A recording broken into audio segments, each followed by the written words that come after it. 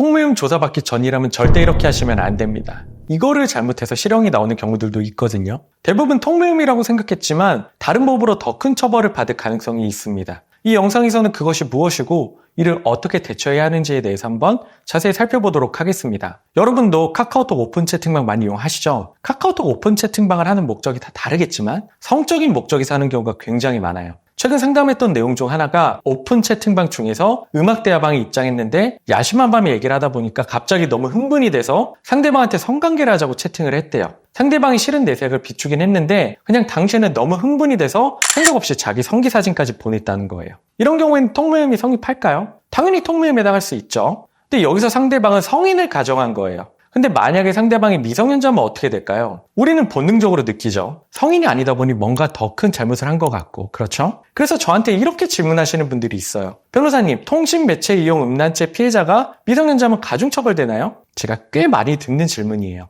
오늘 제가 이 영상 하나로 확실하게 정리해 드릴게요. 통신매체 이용 음란죄는 성폭력 범죄 처벌 등에 관한 특례법, 줄여서 성폭법 제13조에 규정된 범죄예요. 그런데 성폭법을 들여다보면 어디를 봐도 피해자가 미성년자일 경우에 가중처벌한다는 내용은 없어요. 다만 검사가 사건을 판단할 때 피해자가 미성년자고 고소당한 사람이 20대 중반, 30대라면 고소당한 사람을 나쁘게 볼 수밖에 없겠죠. 피해자 나이가 어리면 어릴수록 이런 효과는 더 커질 거예요. 이런 측면에서 피해자가 미성년자면 좀 더 높은 형량을 선고받을 가능성이 높아질 수는 있어요. 좀 말장난 같죠? 그래도 법적으로 무조건 가중처벌된다는 규정이 있는 거랑 검사나 판사가 상황에 따라 재량으로 가중처벌할 수도 있고 하지 않을 수도 있다는 건 천지 차이예요. 사실 진짜 문제는 이건데요. 미성년자에게 성적 발언을 하게 되면 단순히 통모임이 아닐 수 있다는 겁니다. 통모임보다 훨씬 더 강력한 법인 아청법상 성착취 목적 대화에 해당할 수 있어요. 다들 N번방 사건 기억하시나요? 한 번쯤 들어는 봤을 거예요. 대규모 미성년자 성착취 사건이었습니다.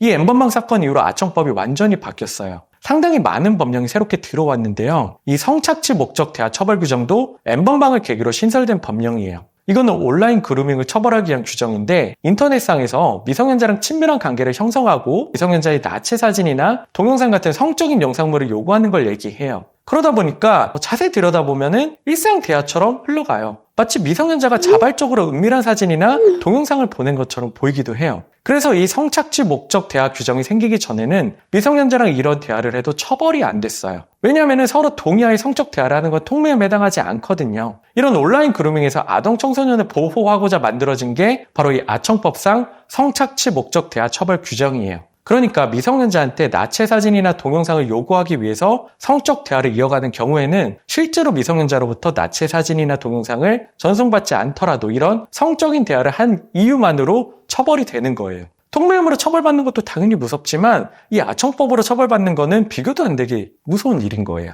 이런 기본적인 대화도 당연히 법적으로 문제가 되는데 더 큰 문제가 있죠. 대화를 통해서 실제 미성년자로부터 나체 사진이나 동영상 같은 성착취물을 받으면 그럼 어떻게 될까요? 그러면 성착취물 제작죄로도 처벌될 수 있어요. 이 법이 진짜 무서운 법입니다. 이 법에 걸리면 아무리 범죄 전력이 없는 초범이더라도 아주 높은 확률로 실형을 살게 될 수 있어요. 성착취물 제작죄를 보면 형량이 무기징역 혹은 5년 이상의 징역에 처한다고 되어 있거든요. 근데 여러분 살인죄 형량이 어떤지 아세요? 살인죄 형량이 사형, 무기징역 혹은 5년 이상의 징역형이에요. 그러니까 이 살인죄에서 사형만 빼면 성착취물 제작죄랑 형량이 완전히 똑같아요. 특히 이 N번방 이후로는 성착취물 제작죄 사건은 진짜 형량이 무섭게 나와요. 제가 2심에서 진행했던 사건 중에 N번방 직후 거의 곧바로 터졌던 사건인데 딱 1시간 동안 미성년자랑 오픈 채팅방에서 문화상품권 5,000원을 주고 미성년자의 나체 사진이랑 동영상을 받았는데 1심에서 성착취물 제작죄, 성착취물 소지죄, 성착취물 시청죄가 다 인정이 돼서 징역 7년이 나왔어요.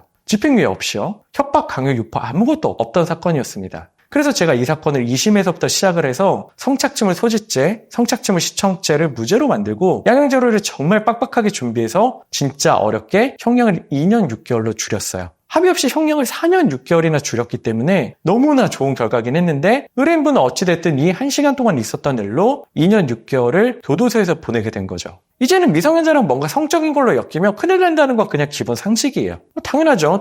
철컹철컹이라는 말이 미성년자 엮이는 데서 나오는 말이잖아요. 실형 확률이 높다는 거예요. 그럼 이런 범죄가 안 일어나야 되는데 진짜 지금도 너무너무 많이 발생하고 있어요. 특히 요즘은 이런 생태를 잘 알고 있는 사람들이 합의금을 노리고 미성년자인 것처럼 랜덤 채팅이나 오픈 채팅방에 잠입을 해서 성적인 대화를 요구하고 돈을 요구하는 일이 너무 많아요. 이걸 통상 합의금 헌터, 통명 헌터라고 하는데 거짓말이 아니라 제가 1년 동안 이런 똑같은 상담만 수백 통을 하는 것 같아요. 이 통명 헌터가 의심이 되면 제가 이전에 올린 영상 한번 보고 오시길 바랄게요. 어쨌든 제발 미성년자랑 아예 성적으로 대화할 생각을 하지 마시고 가급적이면 꼭 필요한 거 아니면 채팅방에서 미성년자랑 아예 대화 자체를 하지 않는 게 좋아요. 다시 말하지만 아청법은 그냥 스치면 실형이 나오는 범죄예요. 미성년자가 먼저 성적인 대화를 유도했다? 이런 거 씨알도 먹히지 않습니다. 그러니까 여러분이 단순히 성적 대화만 했고 영상, 사진을 요구한 건 없지만 잘 몰라서 모든 걸 자백하고 인정해버리면 이 어마무시한 아청법상의 성착취 목적 대화 처벌 규정에 해당하지 않는데도 이 아청법으로 처벌될 수도 있어요. 여러분의 인생이 달린 문제인 만큼 섣불리 결정하지 마시고 잘 모르겠으면 반드시 전문 변호사의 상담을 받아보시길 바래요. 정리하면 통신 매체 이용 음란죄 피해자가 미성년자면 가중처벌 되나요? 대한 질문의 답변은 아니다입니다. 그런데 통면보다 훨씬 무서운 아청법상 성착취 목적 대화, 성착취물 제작죄가 될 수도 있어요. 그러니까 미성년자랑 잘못 채팅을 했다가 하는 통명으로 가중처벌되는 게 문제가 아니라 아예 아청법으로 실형을 사게 될 수도 있다는 거예요. 제가 또 다시 강조하지만 미성년자랑 절대 채팅하지 마시기 바랍니다. 그런데 이 영상을 시청하기 전에 부득이 이미 사건이 발생했다면 해당 사건이 단순히 통면에 해당하는 건지 아니면 아청법상 성착취 목적 대화나 성착취물 제작죄에 해당하는 건지 확인하시고 그에 맞춰 대응하시기 바랍니다. 그런데 어떻게 해야 될지 잘 모르시겠죠? 그럼 아래 설명란의 연락처로 연락 주시기 바랍니다. 지금까지 법가이더 장진우 변호사였습니다.